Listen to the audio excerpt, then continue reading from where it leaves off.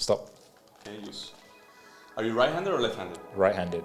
So the right page is the one that we're gonna use, okay? Yep. The last word of the first line, okay? Yep. Last word. Yeah. You have it? Yes. Yes? Yes. We can put it here on the table. Cannot take anything. You have that word in your mind, right? Yeah. Come a bit closer. Yeah? Yeah. Okay, I want you to think about that word. Yes. Right? Just imagine that you can write down in the air the word right here. Okay. Think about what the word is itself, okay? Maybe it's something that you're doing right now. Yes. Repeat the word in your mind again, and again it's screaming in your mind. Yes.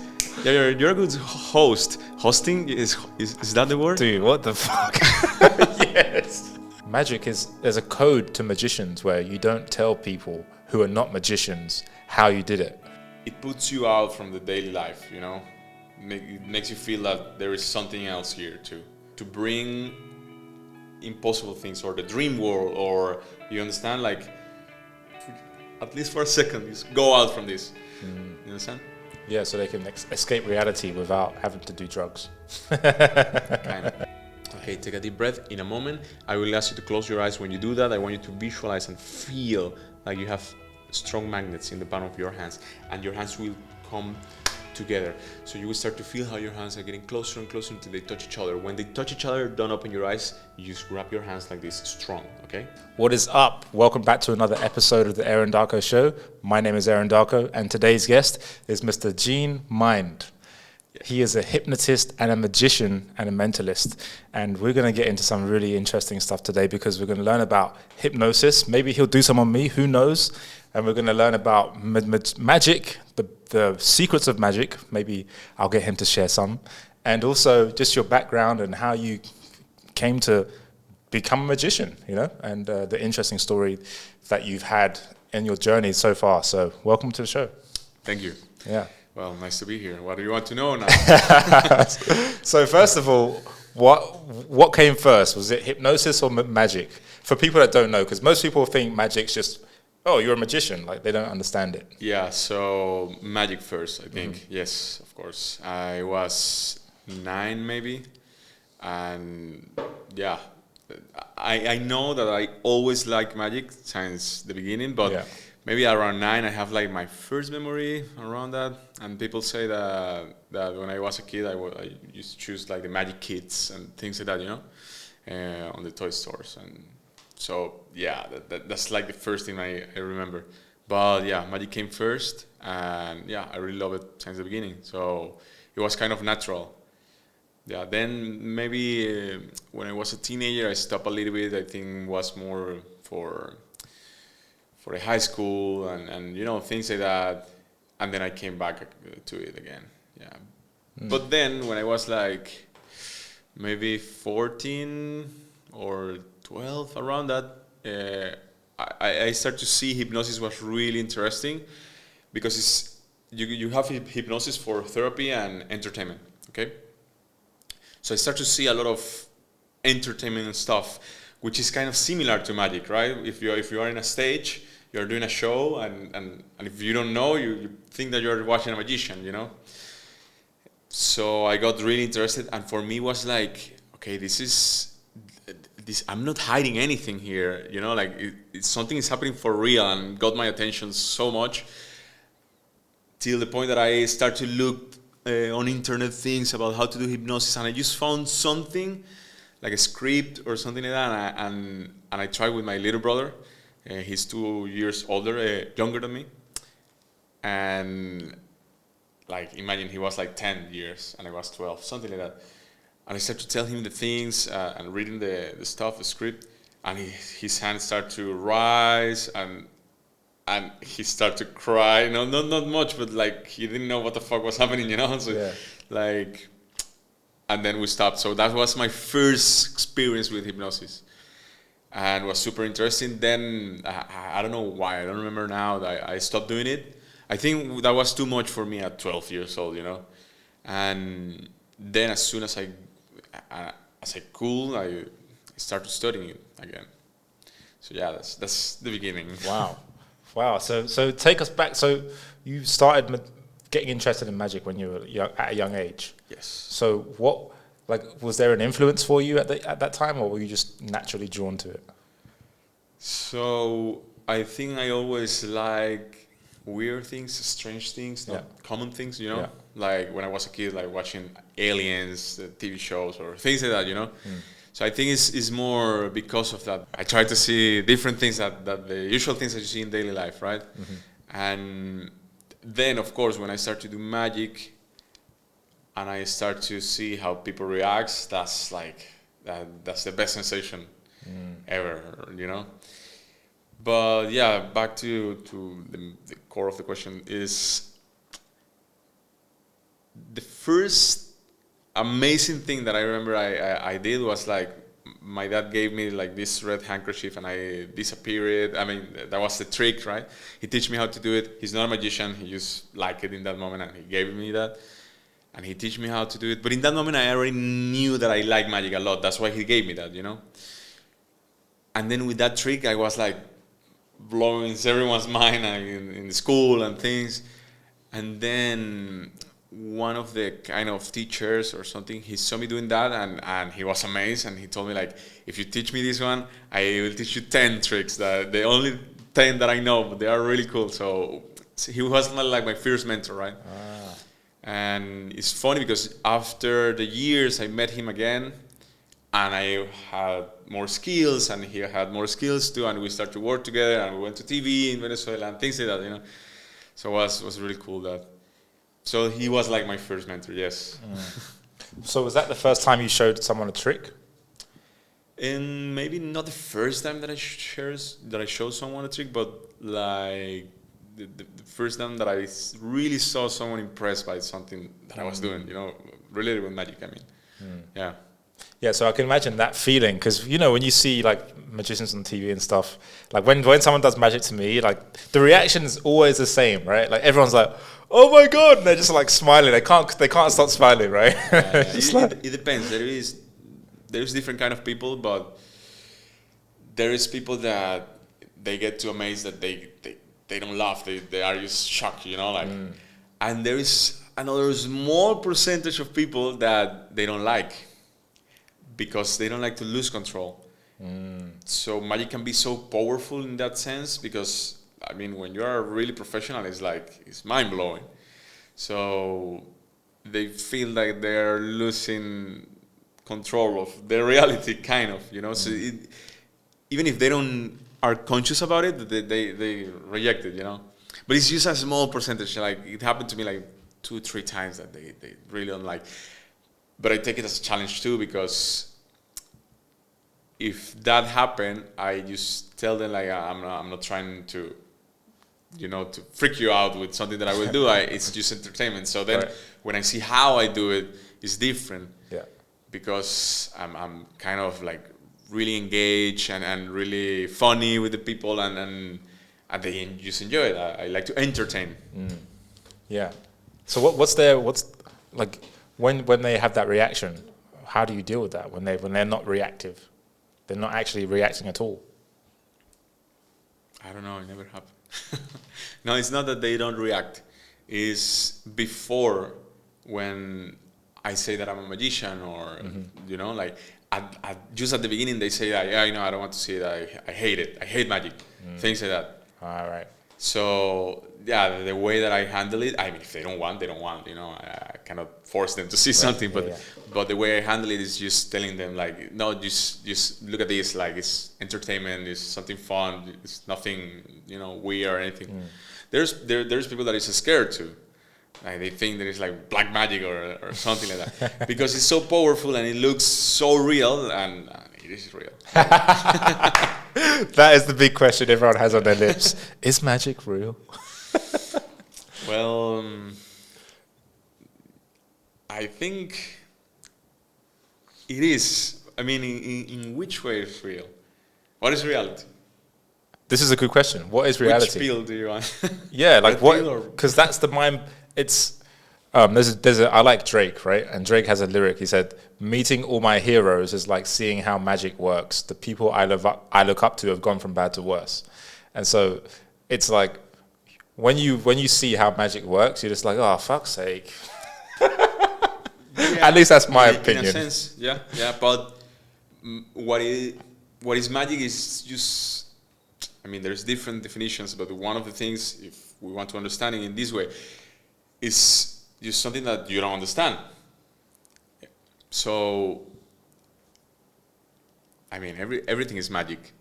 I'm just playing with, like some of the concepts and things that you don't know, and creating something that looks impossible and is impossible and it's happening in your mind. So, for us, like as an artist, our canvas is your mind. The magic happening inside of you. So that's where we create our art. So it doesn't matter what I'm doing.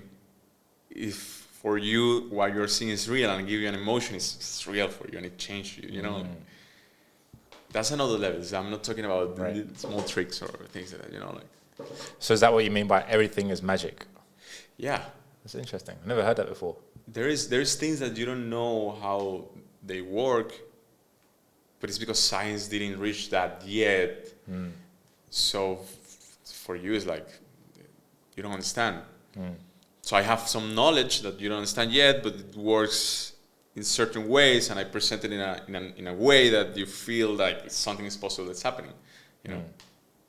I'm giving you too much information. Don't put this on the video. No.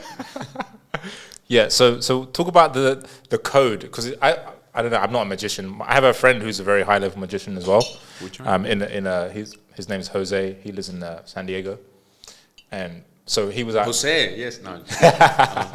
Well, the magician world is not a big world, right? It's a small world. It's a small world. Yeah. So he's like one of the he's of the same level as I forgot the guy's name, some famous guy, not David Blaine. So he's I forgot his name, but anyway, like I've seen his magic, and I've seen yours, and you'll probably perform some on this show to show people your level, because this is why you're here. You're a very high level magician, and so I've seen his skill set, and also it makes me realize that magic there's a code to magicians where you don't tell people who are not magicians how you did it. That's part of magic, and I feel like that's like one of the 10 commandments almost, right? When you start. Yeah, I mean. Yes, it is. Of course, there is things that, as you said, like if you share it, doesn't make sense. But even that, like magic for, like the real deal is like magic is not the technique or the trick. That's just like 30%. The other percentage is how you do it, how you involve the people on the thing. Like. That's what creates like really good magic. So, You mean like showmanship, like performing it? Yeah, but for example, you do coaching, right? Yeah. So you can find another coach that can be boring, and you don't want to work with him, and he don't motivates you, and you don't get results. Right. Or you can do it in a right way, where people feel good, and then you get other results, right? It's kind of the same thing, Yeah. So it's how you do it. Yeah. Showmanship, but it's more than that. It's some other things, but yeah, one of the main rules is, of course, don't reveal the secret. But it's more for them, not for you. Like once you know this 30%, it kills everything. It kills it's like, imagine that you're starting a movie and to watch a movie, and then at the beginning someone come to you and tell you like, oh, remember that all the persons, the people here are actors, and they are not crying for real, and like it's like you don't go into the movie, So it's kind of that, yeah. Yeah, and people don't actually want to know how it works either. Like, if you showed me how some tricks worked, I'd be like, oh man, but I'd actually be excited just so I could share with other people. So that, like you said, the feeling that you get from sharing it is that why you do magic? I think I do it because I like the reaction of the people. Yeah. I like how it makes me feel, of course. And I like how it can change people's lives in some ways too. Like when they see something really amazing, it's like, wow. Like it puts you out from the daily life, it makes you feel that there is something else here too. And one of my, let's say, inspirations is that, like, to bring impossible things, or the dream world, or, you understand, like, things that people don't talk too much because they are so focused in this reality and things, and make them, boom, like, at least for a second, just go out from this. You understand? Yeah, so they can escape reality without having to do drugs. Kind of. Right? It's like a healthy way to escape their reality for a few minutes. Totally. Yeah. But what's the appeal? Like, why is that appealing to you, for them to escape their reality? What do you mean? Like, why does that excite you? What's exciting about that for you? I think I like to show people that there is different things than this, because it's not only with magic. I do hypnosis too, and I do other things like lucid dreaming, astral projection, and I like to teach people that. And I don't know, it just motivates me to share with them that this is not the only thing that you can explore, like or because some people are too focused on this and working hard and things like that they forget that it's just a trip, and you should enjoy it too, and you should travel, and you should do things, experience this life. So this, I think, triggers that, even if magic or the tricks or whatever you can call it is real or not, give you the spark to think about other things. Then if you want to talk about real things, we can talk about, like, deep things, But I cannot talk to you about those things without showing you a little bit of, about impossible things in your reality, Yeah. So that's interesting. So it seems like your main motivation is to expand people's realities, and you do that through magic, hypnosis, lucid dreaming. Is that correct? Yeah. Yeah. So that's cool, because, sometimes this is why I do the podcast. It's like because you see things, like we see magicians doing what they do, going around, like I see you in Finn's Beach Club, like going around, like Michael Carrick, you were doing some hypnosis on him, I believe. Yeah. No, I did something else with him, like more mentalism and magic, yeah. Ah, okay. Yes. What was that, by the way? Mentalism? Yeah. Mentalism is more like magic with the mind, let's say. Yeah, it's like you create illusions, but without so many elements or things like that, okay? Right. So I can show you something. Okay. Quick. If it works, you can keep it on the video, okay? Just point one of the books. The Magician's Way. Are you sure? Yeah. You don't want another one? No. You're not choosing that one because it says magicians, no? No, I was choosing that one. It's a little bit small. You can choose another one. No, I'll choose that one. Okay, this one. Good. I have no idea what's going on right now. So it's your book, right? No, it's not my book. It's my friend's book. Okay, well, just say stop when you want. Stop. Okay, are you right-handed or left-handed? Right-handed. So the right page is the one that we're gonna use, okay? Yep. So I want you to look. I don't want to see anything, right? Yep. I want you to look into the first line. Yep. Okay, the last word. Yep. Don't say it, okay? Yep. The last word of the first line, okay? Yep. Last word. Yeah. You have it? Yes. Yes? Yes. We can put it here on the table. I cannot take anything. You have that word in your mind, right? Yeah, come a bit closer. Yeah? Yeah. Okay, I want you to think about that word. Yes. Right? Just imagine that you can write down in the air the word right here. Okay? And mix the letters a little bit. Mm-hmm. Okay? Focus in the first letter. Yep. You have it in your mind? Yep. Visualize it here. Yeah? Like an H. Yes. Wait. Think about the word, okay? Yep. And repeat in your mind. Again and again, okay? It's like, think about what the word is itself, okay? Because it's not an object. No. No, it's more like perhaps an action or something that you could do, maybe for someone else. I'm not sure. Yeah. maybe it's something that you're doing right now. Yes. Repeat the word in your mind again and again. It's screaming in your mind. Yes. Yeah, you're a good host. Hosting is that the word? Dude, what the fuck? Yes. Yo, that was good. That was good. I can't take it. What the hell? I picked the wrong book. I picked The Magician's Way. That's why. Yeah, that's why. He's read this book. Look, you can choose any book, and it's not even your book. It's your friend's book. It's like crazy. Yeah. That was good. That was good. So that's Mentalist. That's mentalism. Yeah. But that's not magic. Well, it is in a way, Yeah. but it's like a, I don't know how to say it. Like this is magic, this is mentalism. You understand? Yeah. So you're blending. So yeah. So let's talk about that. So you got magic, and then you got mentalism. What else have you got? Hypnosis. No, hypnosis. It's part of it. something itself. Like Oh. you don't need to be a magician to be a hypnotist. You know.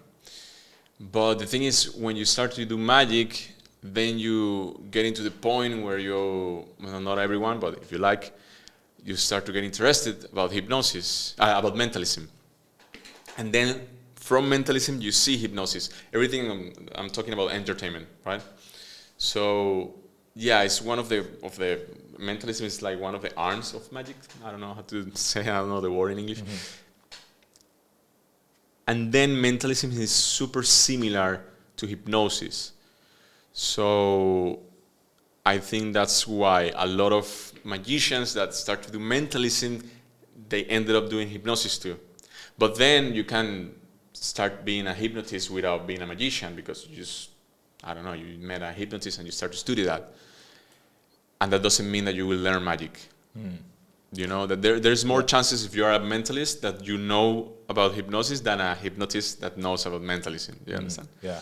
Yeah, because there's a therapist, there's a few therapists that do hypnotherapy, and actually that's been something that I've been interested in, actually, to add to my skill set, you know, learning hypnotherapy, because you could use that for healing people of, you know, drug abuse or alcohol. Yeah. Yeah, all their addictions and stuff like that, right? Yeah, basically we have many programs in our minds, fears or things that we passed when we were kids or many things.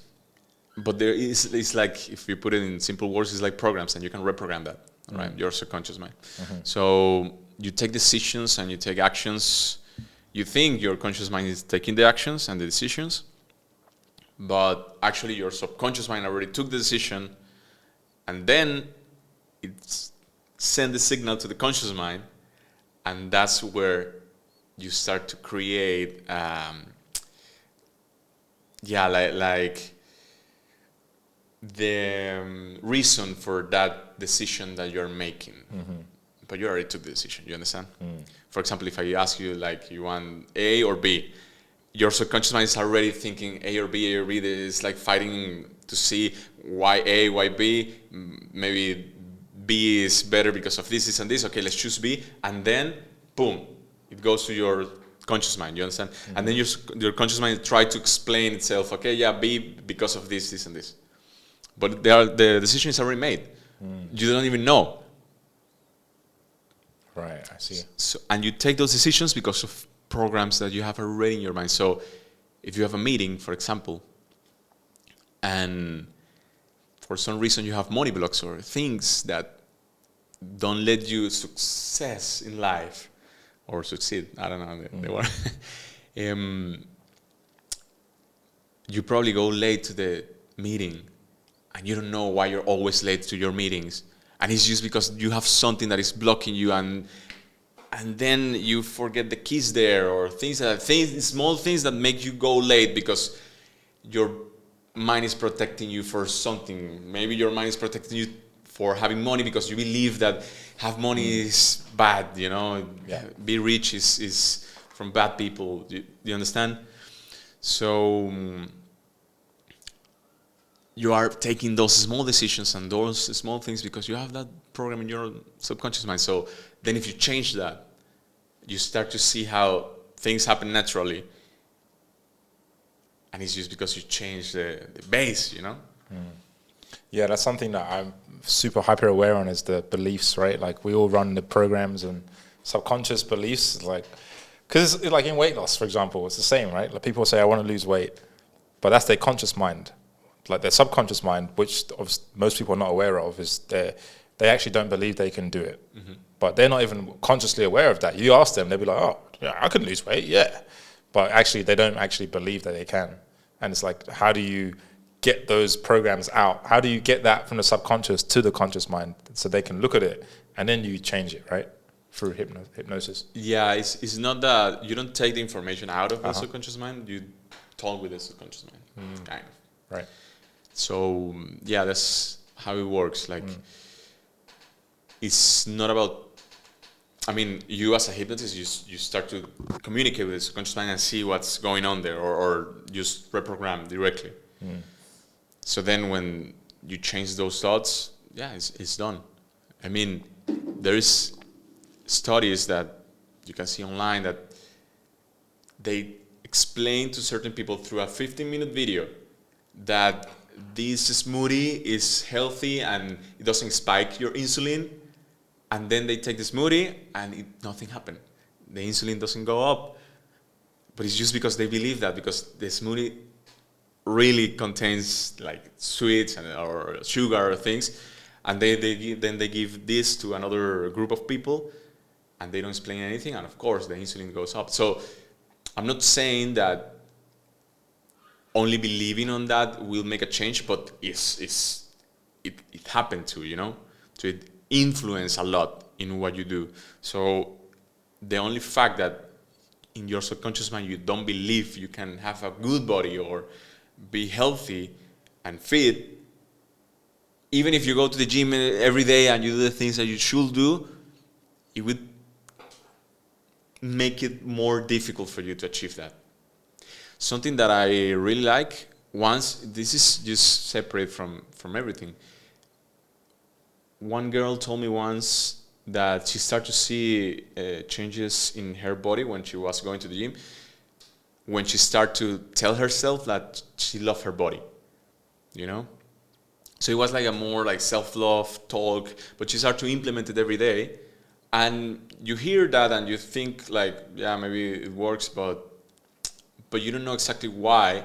But then if you connect some dots, like she's hypnotizing herself, you understand? Like in a way, like it's like affirmations or things like that. It's things that you repeat every day to try to reprogram your mind. The thing is, when you do affirmations, it's good, it works, and as it happened with her, like she started to see like her body different now because she started to have that self-talk. It works, but it's like, imagine you have a box, and the box is, you're trying to put a new thought, a new program in that box that is your subconscious mind, right? So with the affirmations, it's like you drop a drop like, with that thought. So every day you just put a little bit, right? But then with hypnosis, you open a hole in that thing and you throw the water inside. So it's this, it's like a direct way to do it. It's faster and it's more stronger, the results and things. Of course, everyone is different, but in general, if you compare both things like affirmations or meditation with hypnosis is like the door to the subconscious mind, and it goes straight there. If you do it right, of course. It's more powerful than psilocybin, like mushrooms and ayahuasca, plant medicine. Well,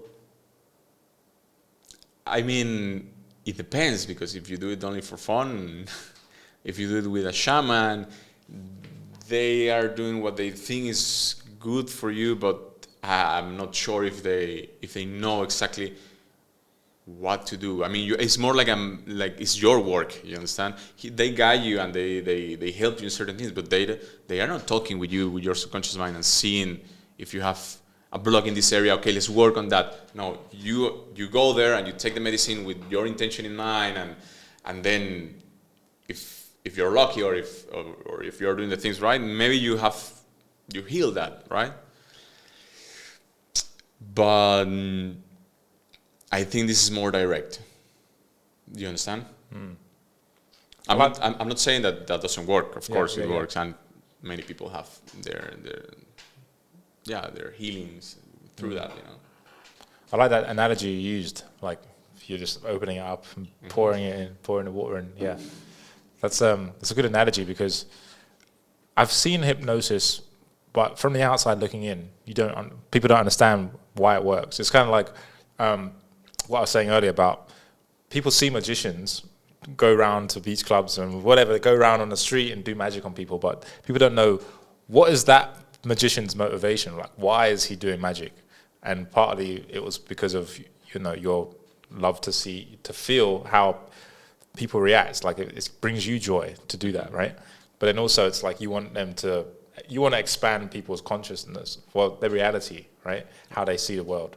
And that's really important for you. So that's probably the deeper reason why you do it. So for hypnosis, when I see that, like I don't actually know why that's like what the effect is of that.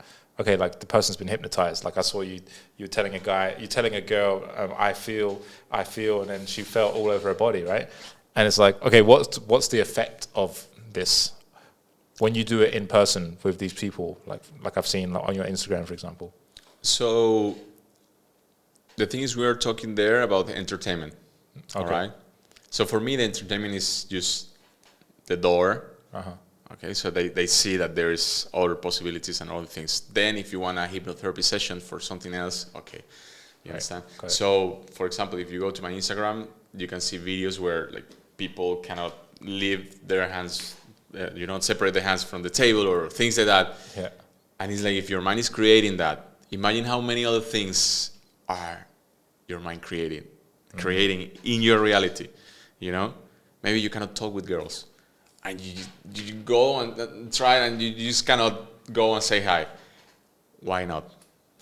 You understand? Yeah. You don't have the confidence. You don't have the things, perhaps. That's only mental. So you can change it. There's no glue here, but you cannot separate the hands because your mind is creating that for you in that moment. Okay. So if you have a really strong program that is blocking you for certain things, then you see that, okay, I can change something. And you improve your life, and you expand your life, you expand your reality, Then you can go deeper than that. Like I did past life regressions, and it's mind-blowing for me. And then people understand certain things, that why those things are happening in their life. And at the end, it doesn't matter if it's real or not. Like the past life regression, hypnosis is real, but the past life regressions, it doesn't matter. Like what matters is like you're healed now. You understand, or you have an experience and you was there and you saw something interesting and you bring that here. So I'm exploring these days with past life regressions, which is super interesting. Yeah. And how long does this take? Well, first of all, actually, before that, what is a past life regression for people that don't know what that is? So you can do regressions when you are doing hypnosis. A regression and normal regression is just going back through your life inside your mind. So it will be like a memory, but if you go deep into hypnosis, you will be there, like a dream. So you will see everything like now, and it depends of how deep you go, okay? It can be like just images, or you can be like full on there. So usually you do that to heal traumas or things like that, okay? If something happening to you and something happened in your childhood, it's probably because of that, and we go there and we solve the problem, and then we come back here, and now you're healed, all right? Then there is, the thing is, some hypnotists start to explore, or maybe by mistake too, what happened if you go farther than that, and then the people start to talk about other lives, like, yeah, I'm in a war, or things like that. And you literally can pass through the whole life, the important moments, and you can check things, like, fact check, I don't know. You can check if what they're saying is real or not. That's what I mean. And then, yeah, apparently this life is related with other lives that you had before. But if we go into that topic, you need to believe that you have a soul, and this is more than what it looks like. And there's so many things. And there's different dimensions, and yeah. So there's a lot there. Yes. But how long does it take though? How long does hypnosis take? Could it take 5 minutes, or does it have to take? Well, it depends of the person too. As I told you, there's people that don't want to lose control. Maybe they want to try hypnosis or something, but they cannot. They need to control everything, so it's difficult for them to let it go. Usually, if you are smart and you are focused, and if you can focus on something, it will be easier for you to get into that state. And if you don't have the need to maintain the control all the time, So, for some people, can be in one session. For other people, can be in 2, 3 sessions, 5 sessions. So that's like 1 hour. Yeah. Wow, it takes that long. To go so deep, yeah, maybe. In 20 minutes, 30 minutes, you already are kind of there, but then you need to do other things. It depends. But one session usually is like 1 hour. It depends of the hypnotist too. There's people that do it like for 3 hours. I don't like. But it also depends on what the outcome is, right? Because you're doing it in person, like in Bali, and you're getting the... Yeah, but because that's different. That's entertainment. So, as I told you, there's different kind of people, and if we're doing entertainment, you use other ways, other tools, other things, so it's a little bit different. Let's do an exercise. You want? Okay. Okay. Don't worry, we won't go to your past lives. Maybe. I'm open to it anyway, so it's all good. So let me move this a little bit. Okay, so you just get comfortable? Yep. Yeah. Okay, so maybe move the microphone a little bit so you can move your hands and things. All right. So just take a deep breath. Just tell me something quick. If you are walking at the beach, for example, what do you enjoy about that walk? The sand on my feet, the water hitting my feet, the sky, blue ocean. Okay, good. So I want you to imagine that calmness, Yeah, and take another deep breath. All right. Put your hands like this. Palms together. Fingers like this. This is just a simple exercise just to open more your imagination. So everything I tell you, just do your best with your mind to make it your reality. Okay. So just put your fingers like this. In a moment, palms together. In a moment, I will ask you to open your fingers like this. When you do this, I want you to visualize and feel. Try to really feel that you have a really strong magnetic energy between your fingers, and your fingers will start to come together until they touch each other. Okay, so take a deep breath. Look at your fingers and open your fingers now, and you will start to feel how your fingers are getting closer and closer, closer and closer. Very good. Closer and closer, closer and closer. Very good. Relax. Take a deep breath. Very good. 5, 4. Closer and closer now. Closer and closer. Closer and closer until they touch each other. Relax. More. What is going on? Very good, very good. In 3, 2, 1. That's right. Very good. You have a strong imagination. So put your hands like this. Okay, take a deep breath. In a moment, I will ask you to close your eyes. When you do that, I want you to visualize and feel like you have strong magnets in the palm of your hands, and your hands will come together. So you will start to feel how your hands are getting closer and closer until they touch each other. When they touch each other, don't open your eyes. You just grab your hands like this, strong, okay? So take a deep breath. Close your eyes and just visualize, feel those magnets right now. Feel the sensation, how it's to be those magnets, how it's to have those magnets in your hands, and you start to feel now that your hands are getting closer and closer, closer and closer, more and more. And every time that I snap my fingers, the sensation is stronger and stronger, stronger and stronger, more and more. Just take a deep breath and feel how your hands are getting closer and closer. Feel the sensation, feel the energy. Perhaps you feel the heat or something. You start to feel more. The sensation is stronger and stronger. And only when your hands touch each other, you will be able to open your eyes. So you feel how they are getting stronger. They are getting closer and closer, closer and closer. Very good. Closer and closer. And in a few seconds, your hands will touch each other. Closer, 10, more and more. 9, 8, 7, 6, 5, 4. Very good. Closer and closer. 3, 2, 1. Take a deep breath. You can open your eyes. It's okay. You see, you take a little bit more time, but your hands were like this before. Wow. Now they are. If we stay here like 2 minutes more, you will feel how they touch each other, right? That's crazy. But you felt something. Yeah. Yeah. Yeah. Yeah. I saw you was smiling and everything because you felt something there. You can relax your hands. So it's this kind of exercise what you use to start the process with the people and things. So you start to activate your imagination. You start to feel things. You start to imagine and visualize things, and that start to shape and create another focus of reality in that moment. And then you can go deeper into that. Okay. So basically, you're controlling people's subconscious minds with their hypnosis. I'm not controlling it. I'm more guiding. Right. You're instructing. Exactly. You're basically telling my brain to put my hands together. Right? I'm telling your brain to imagine things, to feel things, and then when you start to do it, I'm just guiding you, and you start to create that. But you are the one created it, not me. Because consciously, I don't want my hands to go together because my hands are here. But subconsciously, it's more powerful. Yeah, but for example, right now, you was thinking to be against what I was saying. Yeah. Yeah, because I'm like, okay, how's he going to get my hands to go together without touching them? Okay, so that's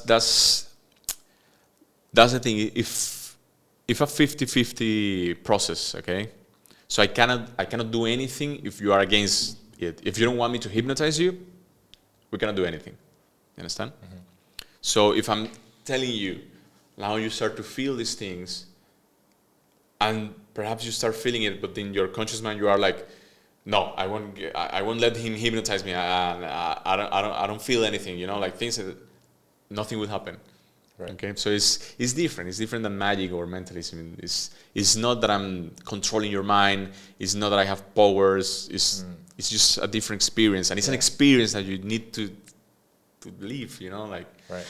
So yeah. So that makes them.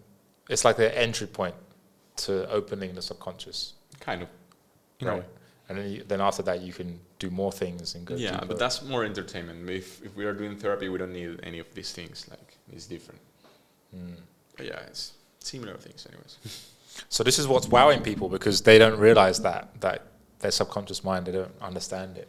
So sorry, by the way, if you're watching this and you want to try this, go back on the video and try it. You put your hands like this and do everything I tell him, because for you maybe it can be like boom, and it's different for everyone. Right. So you can experience it too. Just do it exactly as I told you. You know? Yeah. Yeah. So that's the power of the subconscious mind. Yeah. So what about the subconscious mind is appealing, is fascinating to you? What about it? Yeah. What's so fascinating to you about this subconscious mind and the connection between our reality and everything? So, like, our minds are like an iceberg. A what? So, an iceberg. Okay, iceberg. Yeah. Yeah. So the conscious mind is just the tip, and then the rest is subconscious mind. So our life are dictated by those programs. So that's mind blowing for me. And to be able to have access to that is even more mind blowing for me. You know. So for example, when you're having a lucid dream is when you realize you are dreaming inside a dream. Okay. So imagine right now, something crazy happened. I mean, more than this, or I don't know, Black Panther come into the room.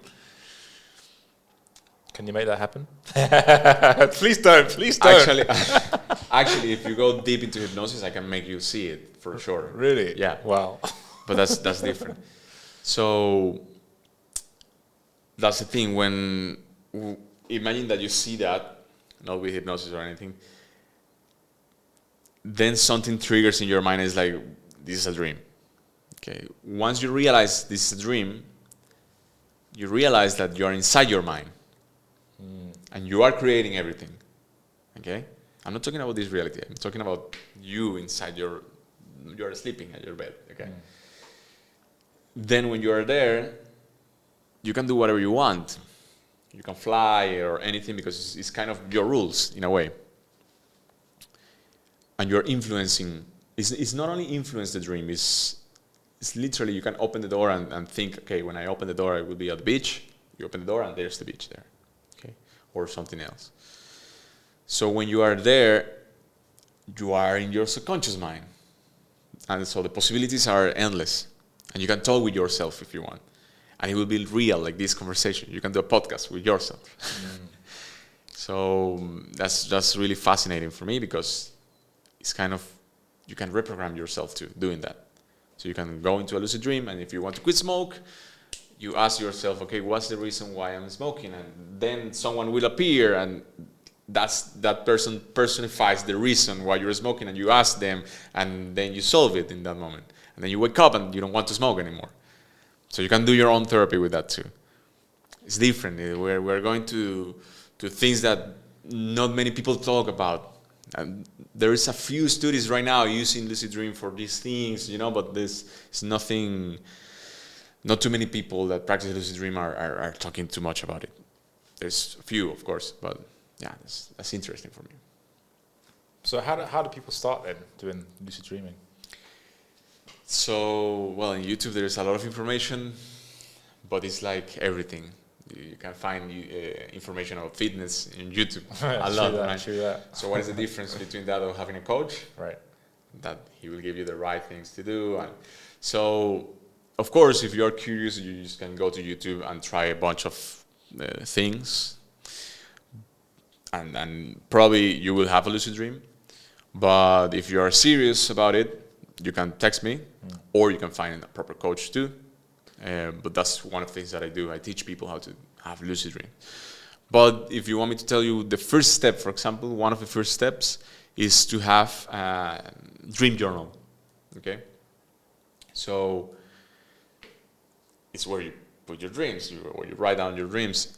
And the more you do it, the more you're improving your dream recall. So you're remembering more dreams. And it's amazing how it changed the game. Because, for example, do you dream? Yep. Yeah? Well, that's the question I was going to ask you. Do we dream every day? Yeah. Every night? Yeah, every night we dream. Yeah, so I during dream. the day too, you can dream. Yeah, we dream every night, and we dream a lot of times, but we don't remember. So people that say that they don't dream, it's not that they don't dream. They dream, but they don't remember.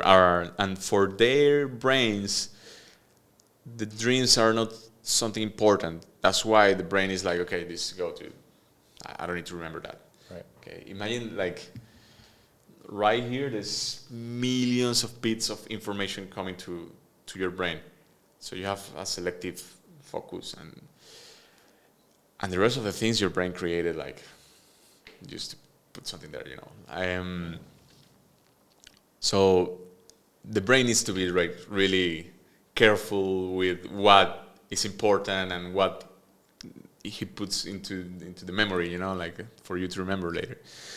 So if dreams are not important for you, you won't remember. And probably you had lucid dreams before, but you don't remember,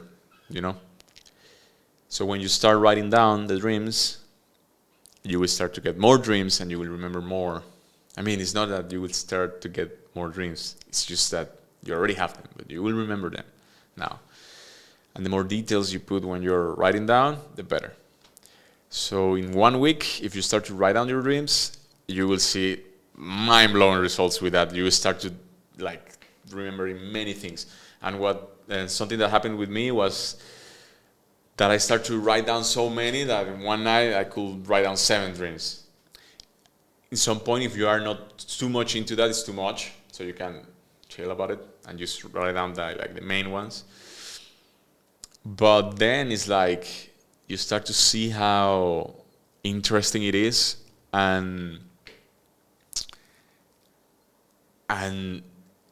when you go to sleep, if you don't have a dream, then you feel like you lose your night. It's like you went to the movie theater and you didn't watch the movie, or you don't remember the movie.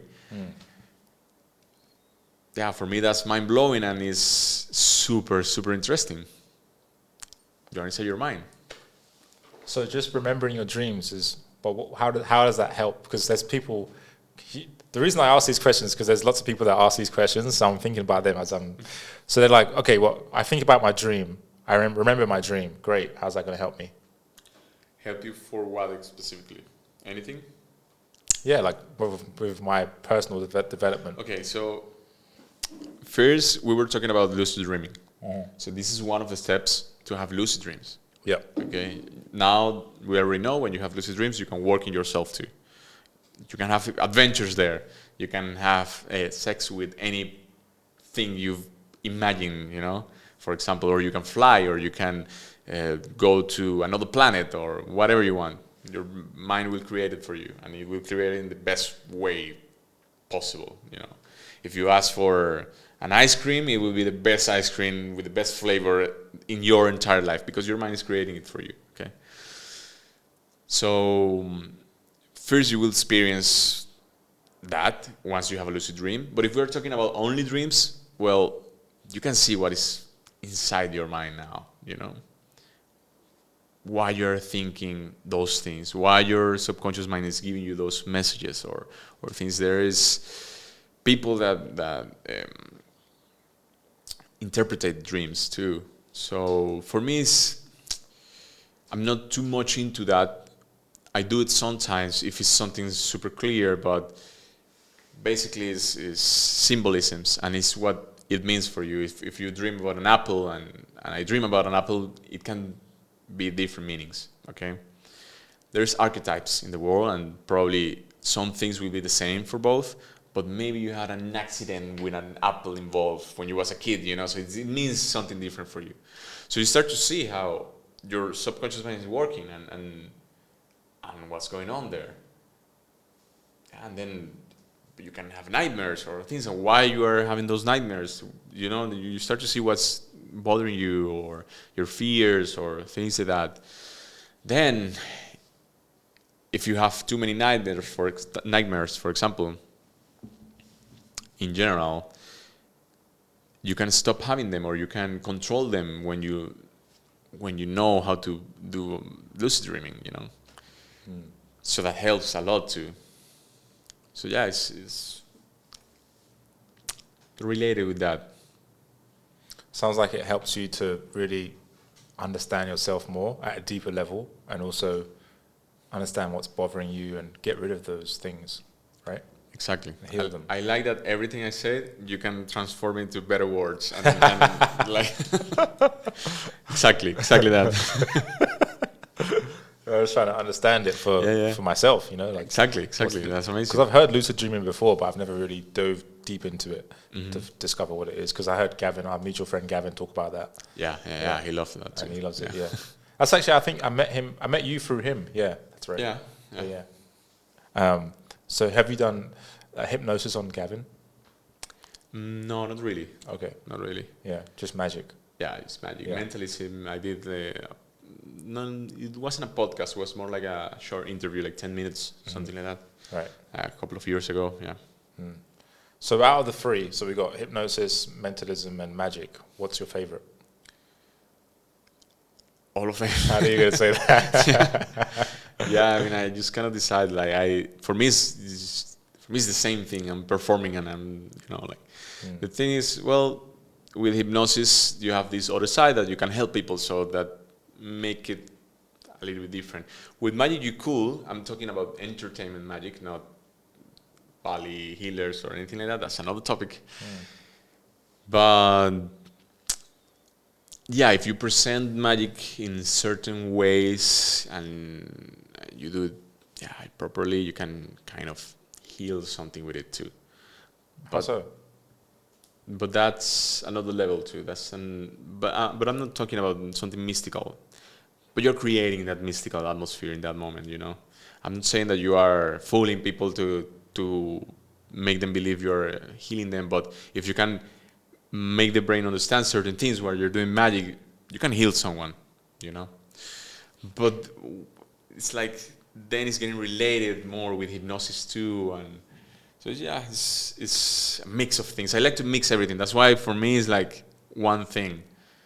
So, for example, when you tell me like the thing that when you're touch the people and things like that, in my mind is like I start to okay, that's not hypnosis, that's this and this and this, or you know. But if you see it from outside, it's hypnosis, or it's everything together at the end. So I like that. I like to mix everything and create new experiences too. So that's what I told you. It's not like one trick or like, it's something different. So it's like everything encompassed. Yeah, and I think that's what makes me different to other magicians, for example, or to other hypnotists.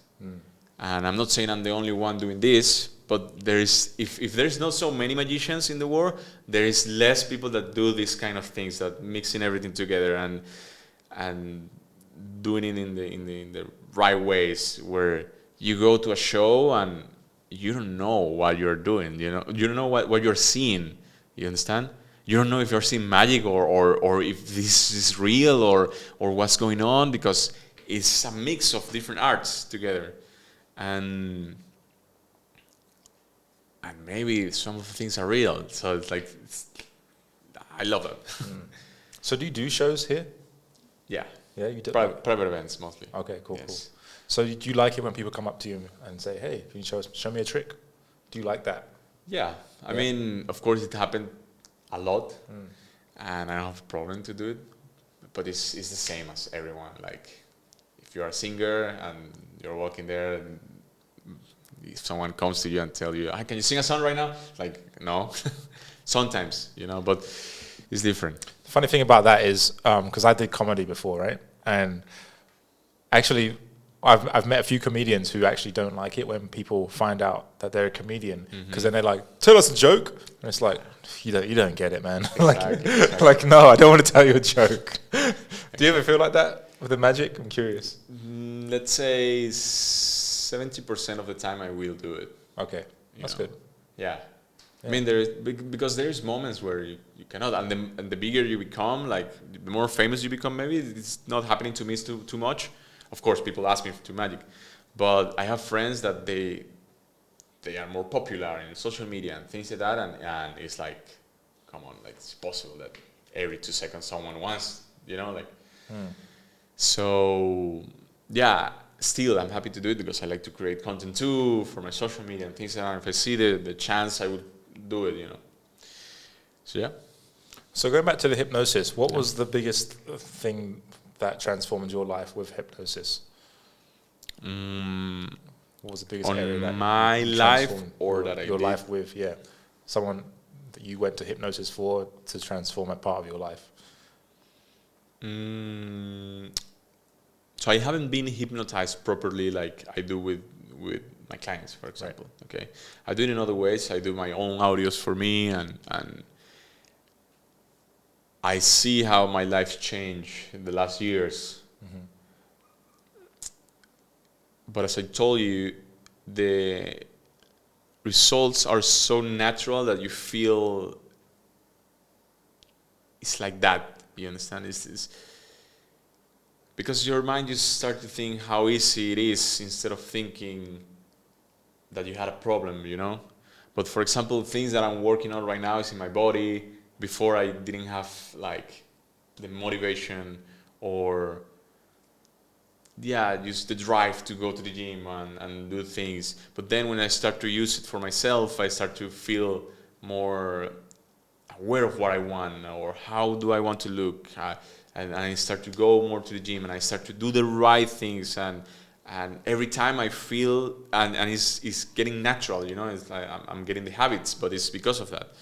So every time I'm feeling I'm doing it better than before. So first I create the habit, then used to do exercise without going to the gym. Then I start the gym. But before, like years ago, I just could go to the gym like 3 months and then I quit, And it happened over and over again and over again. And if I don't work in my mindset through hypnosis and other tools like NLP and things like that, it wouldn't change. But then something happened while I was doing that and it started to change, I started to train more and then I started to go to the gym and then I had like 1 year going to the gym straight away, and that's big for me. Maybe it's not big for you, or maybe it's not big for someone else, but for a personal goal, I never was at the gym for a year straight away, you know? And then I continue, and then I have a trainer now, and then I'm adding the food meals, and you know, like the proper meals and all the things, and I start to see how my body is changing faster in a shorter period of time, and that keeps me motivated too. But all of that is because I change, and I keep using it. Like I change the base of my beliefs, and I reprogram that part too. And I saw myself how I want to look, you know, in terms of body, you know, like. But that works in every other areas of your life. You understand? Yeah. So that's a good segue. So how can people do that? Like what you did, you changed your beliefs. So now you're doing the thing, like consistently going to the gym for a year. That's a huge, as I think about it now, like with clients that I coach, it's like part of the biggest job for me is to actually get them to go to the gym. Like that's a hard thing for a lot of people, to go consistently. So like, how are you doing that? How are you changing your beliefs? So as I told you, I don't have a hypnotist to do it to me. Yep. You know? So I need to use other tools. Yep. Hypnosis too, but I do my own audios for me, for example. But if I have another me, I will hypnotize myself and I will do it quicker, you know? So that's the way to do it. I mean, if you want to really change your mindset or quicker, just go to the right person, go to a hypnotist, to a hypnotherapist. Or you can just do affirmations and things like that, but as I told you, it's like, it takes more time. It works, but it takes more time. It's different tools. So what I recommend is just do hypnosis. Of course. At least try it, you know, like. Right. True. Maybe it doesn't work so fast on you, maybe you don't like it, but if you're curious about it and you really want to change something in your life, it will work. Some people think that they want to change something, but they don't want for real, you know. If you're going to quit smoking to a hypnotherapist, but you're going because your wife told you to go, but you don't really want, the sessions won't work, okay? You really need to know why you're quitting smoking and what's the benefits, and you need to have that desire. Yeah. So yeah, it's how it works. And it's deep for people to do that, to be ready to go that deep. It takes a lot of courage, because it's a confronting thing to do, to face all your shit. Yeah. Exactly. Yep. And as you say, it's something deep. I mean, you need to work in your mind and realize that you have problems and you want to solve them, you know. But in my case, it's like, I as I told you, I don't have anyone to do it for me yet. But if I find the right person, I will be like in sessions every week, you know, like, because I know how powerful it is. And once you know it works well for you, like, you can take advantage of that, and it's crazy. I mean, you change your life literally in every aspect. You can have more money with that, you know, because you're taking all decisions. You get rid of your money blocks. You get rid of your limiting beliefs. So, for example, this is something that I like to do with hypnosis. On therapy, I don't do too much like trauma healing or things like that. Right. I'm not a psychiatrist or psychologist, or I don't want to go deep into that. So, Right. But what I do is for wealth, motivation, life design in general. So it's every aspect of your life that you want to improve. But yeah, I like to focus a lot on wealth. And some people, perhaps it happened to you too, like, you are reaching that amount of money monthly that you usually do, and then you cannot pass that, you know, for some reason. Right. And you have a deal to do, and then it just doesn't happen, and you stay in that income. Why? it makes sense that happened. No, like you don't know. Tomorrow you can have a client and give you 3 times that. You understand? So, but your mind is not seeing that. It's not seeing those possibilities or So, for example, maybe you did this exercise before, but can you use? Don't do it now. Let me explain you first. Just go like this, looking through all the books. Not yet. Look at me. Looking through all the books and just count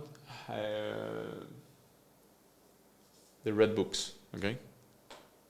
So at the count of 3, and when you reach that spot, you just close your eyes and turn your face to here. Okay, you can do it now. Just a few seconds. Just count the red books and. Okay. Now look at me. Close your eyes. Okay.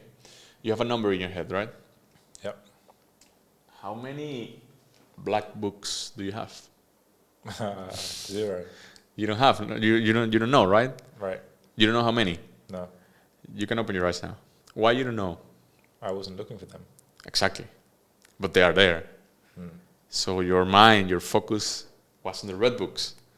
So if your mind is focused on problems, you will see only problems.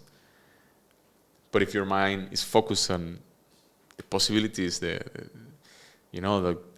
business or other things, you will start to see that everywhere. You understand? But they are there. They're everywhere. So that's what you do with hypnosis too. You start to change how the people focus their lives, Yeah, that was a good exercise. And I've definitely done something similar to that, like this reticular activated system, right? Exactly. It's, everything is always available, but we only see what we want to see through our lens, how we see the world. So how I was looking at the world then was looking for red. And so I didn't process any other color. Exactly. Yeah. Exactly. But that's a very powerful lesson for people. It's a good reminder for me too, because I've heard this before, but it's like, the same message, you hear it over and over again. It gets through at the right times. Yeah. So like right now, it's like, yeah, that's right. Like I'm not looking for, different things. I'm looking for problems, for example, focusing on problems rather than solutions. Yeah. And it's easy to do that. It's almost like a default, and that comes from childhood, right? Like when you, of course, it can come from childhood, and that's why you become the people you are around with. Like if you are with negative people and they are talking about problems all the time, you will see problems everywhere, But if you are with wealthy people and positive people, you will get money by default, even by mistake. You will get an idea. You will get, like if you're in a room. I heard Tate saying this. Yeah. If you're in a room like of people talking about ice cream, for example, because they are their business and you don't know anything about it, but they talk about how they make money with ice cream and the business and everything, you will know about the business anyways because you're hearing that all the time. Yeah. So you will know more than the other one.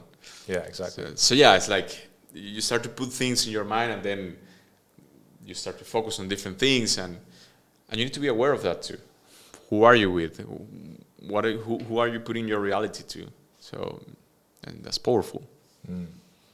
So with the hypnosis, are you really excited about helping people change their life? Yeah, yeah, definitely. I like when they have results and there's no better feeling that when someone tells you like you changed my life, and that's amazing. But did you actually change their life? No, it's just an illusion. Yeah, of course, yeah. So that's real. Yeah, that's real. But the magic thing, I like your perspective on magic is what, because that's actually one of the reasons I started this is to get people's perspectives on life. Because just like that example, right? Like I'm seeing the world looking for red. You're looking for black and yellow, for example. So it's like a different way of looking at the same thing. It's a different reality for you. Yeah. For me, yes. Yeah. So how you see the reality is different than how I see it. And we can both learn from each other's perspectives. But for you, like how you see like you want to you're focused on expanding realities, right? Because that to you is that, does that give you a reason to continue on this path of magic? Because you're like seeing what possibilities there are. Yeah, I think, as I told you, I like that. I like to explore things, and for example, with the dreams, once you have a lucid dream, it changes your life, because it's like, how can I create all of this, you know? And you're inside your mind, and there's so many questions and things that you start to ask yourself. And when you start to ask about your reality, your life start to change. When you start to question reality, you know? Yes. How did you become so confident in magic and performing it? Because you said 30% is the trick. So then how did you become better at the 70%, which is, you know, I said the showmanship, but you said it's much more than that. So how did you master that aspect? Because I could learn magic right now, but to go out and perform it is a completely different thing. Totally. So how did you... You will be shaking and nervous and all the things. Practicing. Yeah. That's the only answer. Practicing. But the fear of going and doing it in front of people, how do you get over that fear? Well, you study comedy, right? Yeah. So you know how it feels when you just create a joke and you don't know if it will work, and you go and do it, and your heart is like, but you just go and do it. Yeah. And then if they're laughing, okay, you're doing something good, and then you twitch something, and then it's better, and then you just know what you're doing. And then after you did it like 100 times and it was perfect, then you do it like you are breathing, you know, and it's natural for you, right? Yeah. So it's practice, basically. There's some people that say, some magicians, and I like this, that they say that you're born as a magician. You can learn magic, of course, and I have some friends that they learned magic when they were like 29, and now they are living doing magic, and they're really good magicians, and in 6 years, like, they are amazing magicians. I have 20 years doing it since I was a kid, so, or maybe more, I don't know. But what they mean is, like, it doesn't matter when you start learning it. If you feel the passion and the curiosity, and you start doing it, and you feel good doing it and everything, it's like you're born with that. You understand? Wow. So do you feel like that? Like you're born? The thing is, for me, it's natural since I'm a kid, so I always like it. Right. So I don't know how it's not to like it, you know? But yeah, it's like you have the drive. Even if you don't practice never in your life, you have that you like that, you know? You're passionate about it. So I'm saying this, but it can be with any other thing. You know, you're born being that, because you have the drive, you have the passion to do that. For some reason, you are not a magician right now. Right. I like magic since I'm a kid. Sometimes I'm a kid, but you're not. You do other things. You have other passions. Right. You know, but who knows? Maybe you start doing magic and you love it, and you start doing it. And there's people that, I mean, you don't need to be a professional. You can be an amateur, and you know, and just do it for fun. And we have like communities of magicians, and there's many really big names inside the communities, and they don't perform for everyone, you know, it's only for magicians, but they are geniuses, so they love that. So you don't need to be a professional. You can do it for fun. You can do it for your family or whatever, and it's super interesting. And then there's the deeper level of magic, that is how the mind works and how you control the attention, and all these beautiful things, and how you perform, and how you feel confidence doing it, and how you talk, and if you talk in this way, and if you say this joke in this moment is better, you know, like, it's so many things, like a puzzle. And then when you have it, you have a piece there that like is beautiful every time you perform it. And when you are in front of people, you just play the bottom, and you are there like doing the things that you know. and some things are already so incorporated in your subconscious mind that you do it like muscle memory, and then you have your brain to think about how to improve it in that moment, and maybe someone says something funny and then you catch the joke and you create a joke in the moment and this even better, and then you have fun, and it's like driving. You are doing naturally now because you have a lot of experience. So yeah, I love it. I think you can see my passion. That's amazing. It's great. So I was gonna ask you, like, how has doing magic changed you as a person? Yeah, you see now. And you kind of answered it, right? You kind of. I mean, the most important thing is with magic, I can get girls. That's Yes, this is where we were going with that question. It helps, but it's actually not good to do it. Really? You can do one trick, but that's you will read that in my seduction book. No, but actually, no joke. Like, if, for example, imagine you have a good body and that's what you do. Imagine you are with a girl and you start to do push-ups just to impress her. It's not good, you know. Right. You cannot abuse of that. Yeah. It's okay if she see that you have a good body. That's it. You know, like, if I start to do a magic show to impress a girl, it won't work. You know, it's too much. And then I guess it creates the wrong expectations too. It's like, oh, he's going to perform magic for me all the time. Yeah. And it's like, no, I don't want to do magic for you all the time. I just want to chill with you. You know, I just want to. Exactly. You know? Yeah. And you're giving too many strong emotions, and then when you're back to normal, you're not the magician anymore. Right. So it's like, okay, now what? Yeah. And they expect that, you know. Exactly. Yeah, it's enough of secrets. Yeah, of it's like, seduction. entertain me. It's like, Yeah, no. Like, that's a hat that I wear at certain times, but not all the time, you know? Exactly. Yeah, I've experienced this too, so I can relate. Of course. But yeah, like, so that's actually one thing I remember when I was last speaking to you at lunch. I was talking to you about the whole social dynamic side of magic. It's like, you can break the ice because you can introduce yourself to any table in the world, like at any restaurant, any venue, and then people will warm to you right away because you do magic. Yeah. And that's like a very cool skill to have in your toolbox, you know? It's like, hey guys, you guys don't know me, but hey, check this out. And then boom, straight away, you're getting people laughing.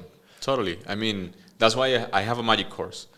And it's exactly for that.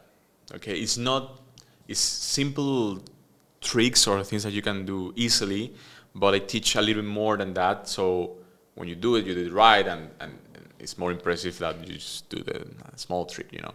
But is there enough information to do exactly that? So it's not just a simple trick, but it makes you look good, and that's it. You know, like, it's good magic, good performance, and you look like you know more than you really know. Yeah, you know? yeah. So that's the main point of my magic course. You know, like, and as you say, it's like, to break the ice is perfect. It's perfect, and to connect people. Yeah. And everyone loved it. Only that small percentage that hated it. Yeah, it's true, because like, if you got a table here and a table there, and you do magic to both tables, then you can like connect them straight away. Crazy. Yeah. Crazy. I met so many people doing magic, like, of course, because I work doing that, but yeah, it's just crazy. And not only the magic thing, you don't know if you do an approach, if you approach a girl, or if you meet someone, you don't know how it can change your life. So you realize that once you become more social and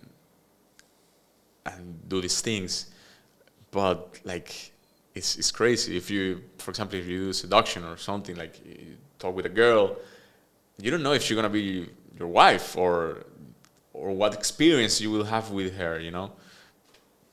Or if I go and do magic on a table, and then someone important is on that table, and it changed my life. You understand?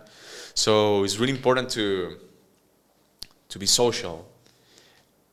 But some people they just don't know how to, or they are social but just the normal, you know, like.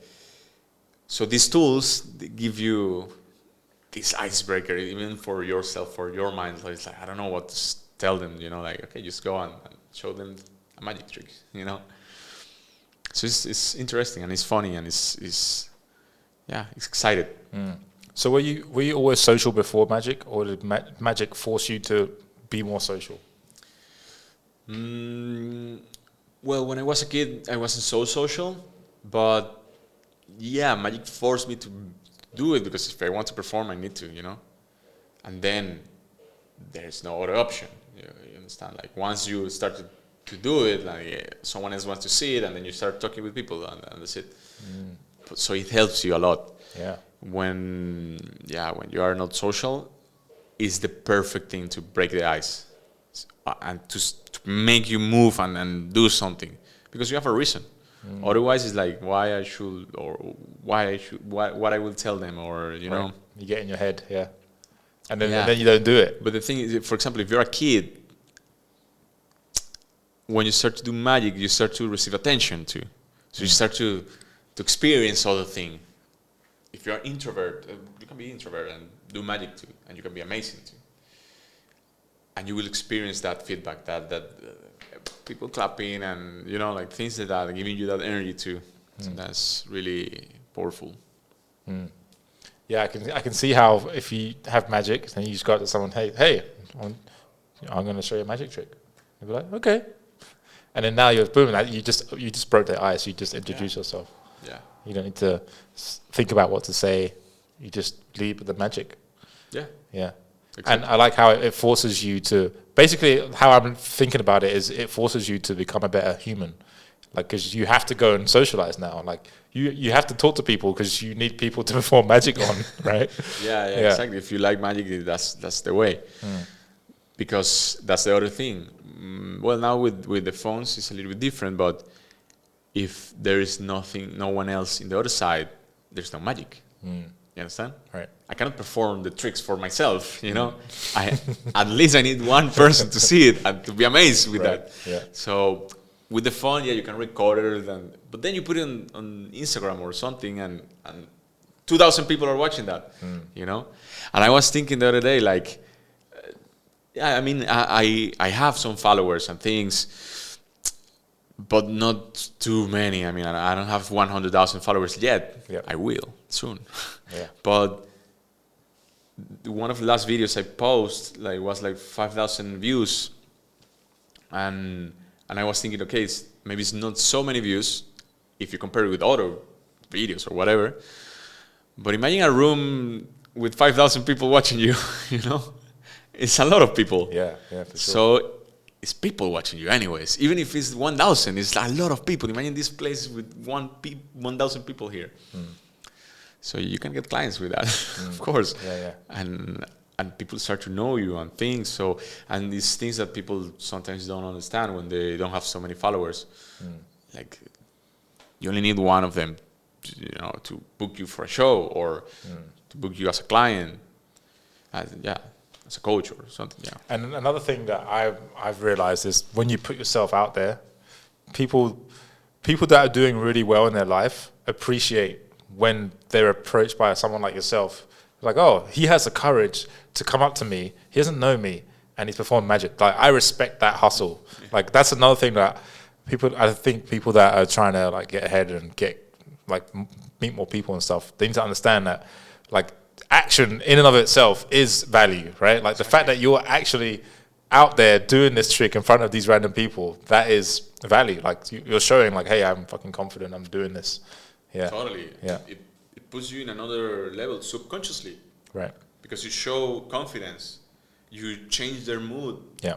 Imagine if you're in a business meeting and you start to get rapport with the person, of course, you should. And then you do a magic trick just for fun, and you blow their minds. It's something that gives you dopamine instantly. You feel happy, you feel good, you feel more confident. The person is having a good time, and they're feeling all these things too. So, and then you close the deal, and then you're a millionaire, and then you come to Bali to live here with us. Yeah. You don't need to be a millionaire to come here. But just take action, go into the plane, and come here now. That's the hypnosis, right? Yes. Now. Yeah, and it's like you can get into so many rooms with magic. Like, man, Access, it gives you access. access. Yeah, Everywhere. You don't need to be a pro magician. no, You don't need magic, but if you have it, it's just one amazing tool. If you don't have the confidence to just go and talk with someone important, 5 tricks, and you go there and show 1 or 2, and you got it, and then later you show 1 more, and that's it. But it gives you access. I mean, part of my life have been getting access through magic, I have been in like 15 countries or maybe a little more. And I started in new countries every time, like without knowing people, without friends there, you started new on the country. What is opening my doors? Hi, nice to meet you. Da, da, da, da, da. I do magic. Really? Boom. Then he will talk about me, and then I know everyone in the room. You understand? And now I'm here doing a podcast with you because I met Gavin before, and like all that. You want to enter into a club. You're not on the guest list. You're talking with the security, and you show him a coin, and you disappear the coin, and he's like, "What the fuck?" Yeah, okay, you can enter. Boom, you enter to the club. that's happened to you Many times. Shit. So now I need to get your course so I can learn how to do this coin trick. Exactly. So in your course, you teach people how many tricks? First of all, you're teaching. I think now it's around 15. Okay. But I usually add some things and that's what I'm telling you. Before it was like 7, then I put some more, so it's like 12. Now I think it's 15. And it's, as I told you, it's not only about the tricks, it's other things too, like how to perform it, what you should do, what you shouldn't do, like nuggets. Right. So after makes these, everything better. Yeah. after these 15 tricks, let's say I go through them, what can I expect after if I master these tricks over the next month? What can I expect? So there is other things that I cannot tell you on the thing, it's secrets. But basically, you can expect that people will think that you're a professional magician because, as I told you, they don't know what you know. Yeah. But if you perform them right, I'm teaching there things that I do usually, not everything, of course, and not exactly the main ones, but I do it when I'm working, So it's really powerful, the reactions that you will get with that. Confidence, girls, access, experiences. Because approaching one person and doing that, you don't know how it will end. Then they invite you to go to another country, and then it's like a mind-blowing experience just because you knew a magic trick from a course online, and then you went there and performed it. It's just crazy. But so the thing, what I feel is more about the social proof that will give you, the social skills. So of course magic is amazing, but it will give you more than that. It's more than learn a trick, For sure, yeah. But we are going to the same point. It's expanding reality. Like what I'm giving them is the option to have more experiences. And that's what life's about, right? It's about enjoying life, right? Of course. Yeah. Of course, to have fun and enjoy and experience this life. So if you have tools or things that will make you experience it even better, why not, Yeah. It makes you so much more interesting as a person as well. Of course. Like because I know my friend in America. I don't know anyone else in Bali who's a magician. You're like 1% of the 1% of the 1% even, So it's like people ask me, who's a magician in Bali? Gene. Like, who else? Who else? And so that access. So who's the most powerful person that you've met as a result of magic? Famous person. Who's the most famous person? Most famous person. Yeah. Okay.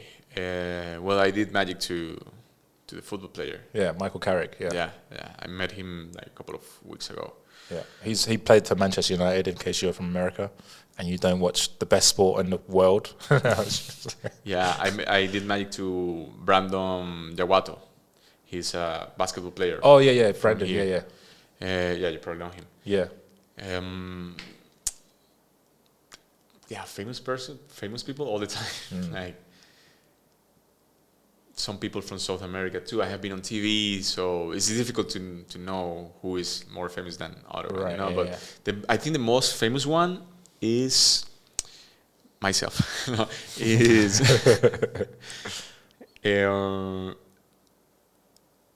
I don't remember his name. The one who did the movie Queen. Yeah, the Bohemian Rhapsody. The movie. I haven't seen that. You know Freddie Mercury? Freddie Mercury. Yeah, you know Freddie Mercury, of course. Probably if I see him, yeah. No. He knows Freddie Mercury. Freddie Mercury. Okay. I mean, I'm not saying that I met him. This guy he act like him in this movie. Okay, Freddie Mercury is the Bohemian Rhapsody. I don't think I've seen that, man. No. Yes, of course you know. No, It's impossible you don't know. I haven't. They will kill you. Are you trying to hypnotize me now, bro? This one. Yeah, I don't know. This one, you don't know him? I've seen him before, but I didn't know that was his name. Well, yeah. The name of the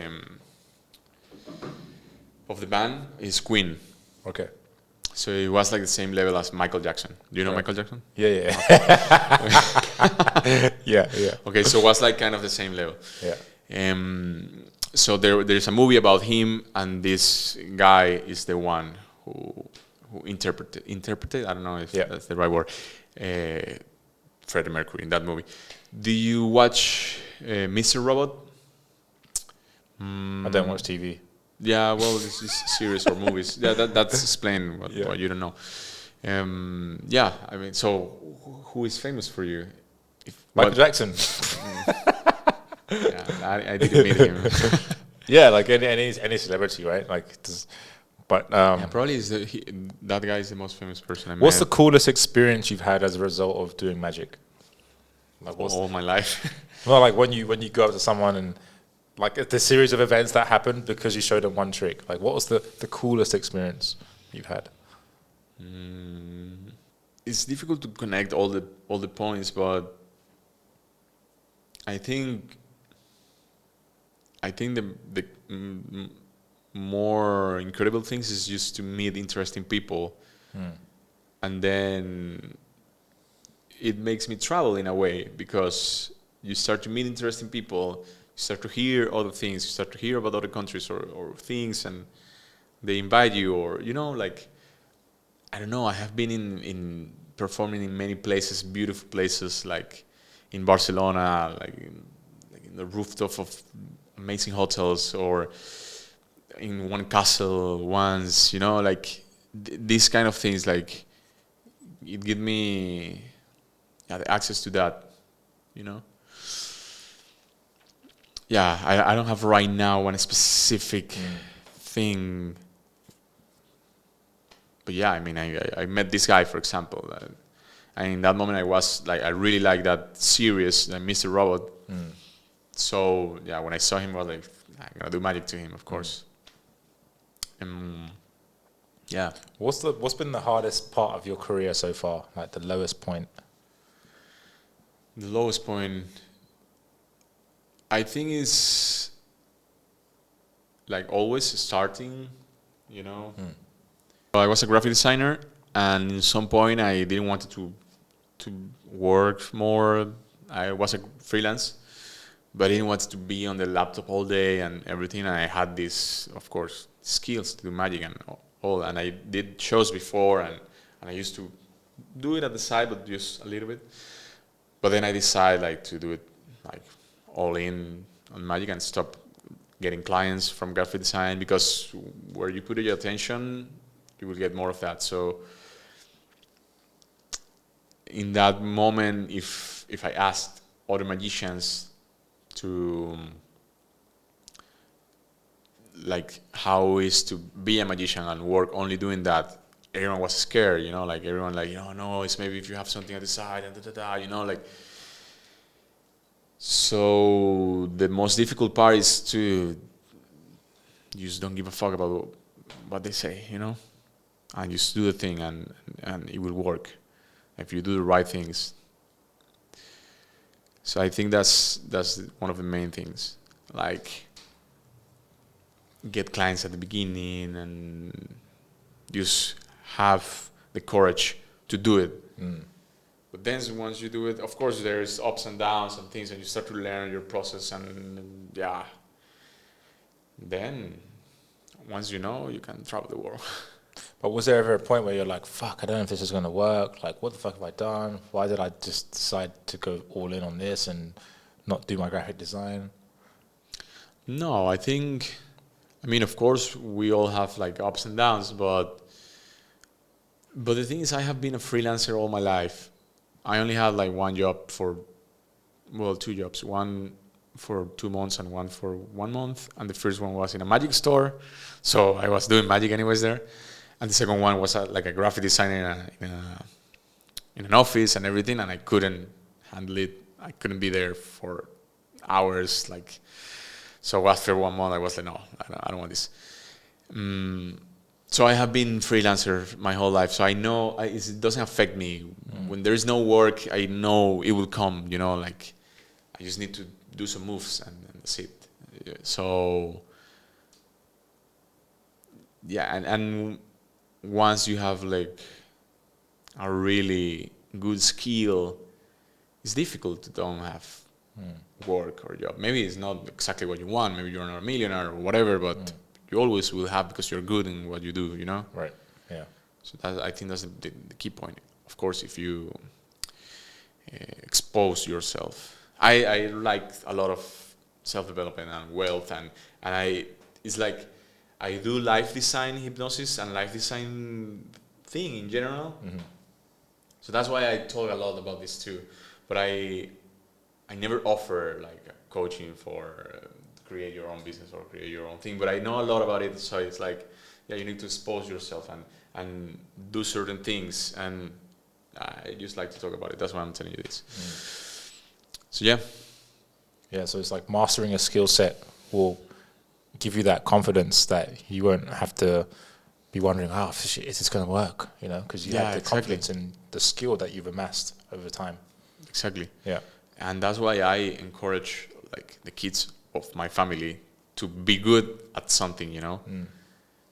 For example, my little brother, he liked football, and he's a beast on football now. He's 12, and he's like, every time he plays, like 2 goals, like he's super good. But it's because, for example, my mom saw that I had this skill doing magic when I was a kid, and I developed it and everything. And now I'm 31, and it's, you know, I have a living around this. And now that my little brother likes football, it's okay, let's, you know, let's help him with it. Right. So he's training 2 times per day sometimes, but it's because he loves it so much. So if you see that someone likes something, just encourage them to do it. And of course, it will be amazing. And yeah, but anyways, even if you're not a kid, like you can start doing whatever you like to do and just go slowly, and you will make a living with that too. It's not that I didn't quit graphic design immediately, like boom, and then let's just do magic. It's not the smartest way to do it. But there's ways to figure out how this will help your new career, you know? So you just start building it in a certain way. And then you can stop this one, you know? Yeah. Yeah, it's definitely easier to do that as a kid, right? And also the fact that you had support from your father as a young boy. And was your mum supportive as well? Yeah? So you had supportive parents, which I can imagine helped a lot, especially when you're that young. Yeah, I mean, anyways, they did what they could. I could have more support too. Yeah. But but I see that with my little brother, Yeah. because me and my other brother, we got support in the normal way. Like, okay, you like magic, yeah, go to your class once, 2 times a week or whatever. But with my little brother, it's like, okay, you like this? Okay, let's do it. And now he's like a legend. So yeah, it's something that, of course, if you're a kid, you have more time to learn things. You have more time to develop those skills. Yeah. And then you see like a 12 years old kid that is doing mind-blowing things with the cards, for example. But it's because he started when he was 6. So, of course. True. Yeah. So last question. What I asked every guest this, by the way. What is the meaning of life in your own words? Life doesn't have meaning. Just live, enjoy, experience, learn. Yeah. Nice. And is there anything else you want to leave with the listeners, the viewers? So far, you are aware of this life and this experience. So why you not do the things what you like? Why you don't travel if you like to travel, of course? Why you don't go out from your comfort zone? Why you don't try hypnosis? Why you don't try magic or try different things and experience things? I mean, I know a little bit more because I do lucid dreaming, I do astral projection, I do things that prove me that there's more things than this. But even knowing that, or if you don't know that, if you believe that this is the only life you have, you just go and kill it, killing it, like explore everything and enjoy your life. That's, yeah. I love that message. It's so true, man. It's so true.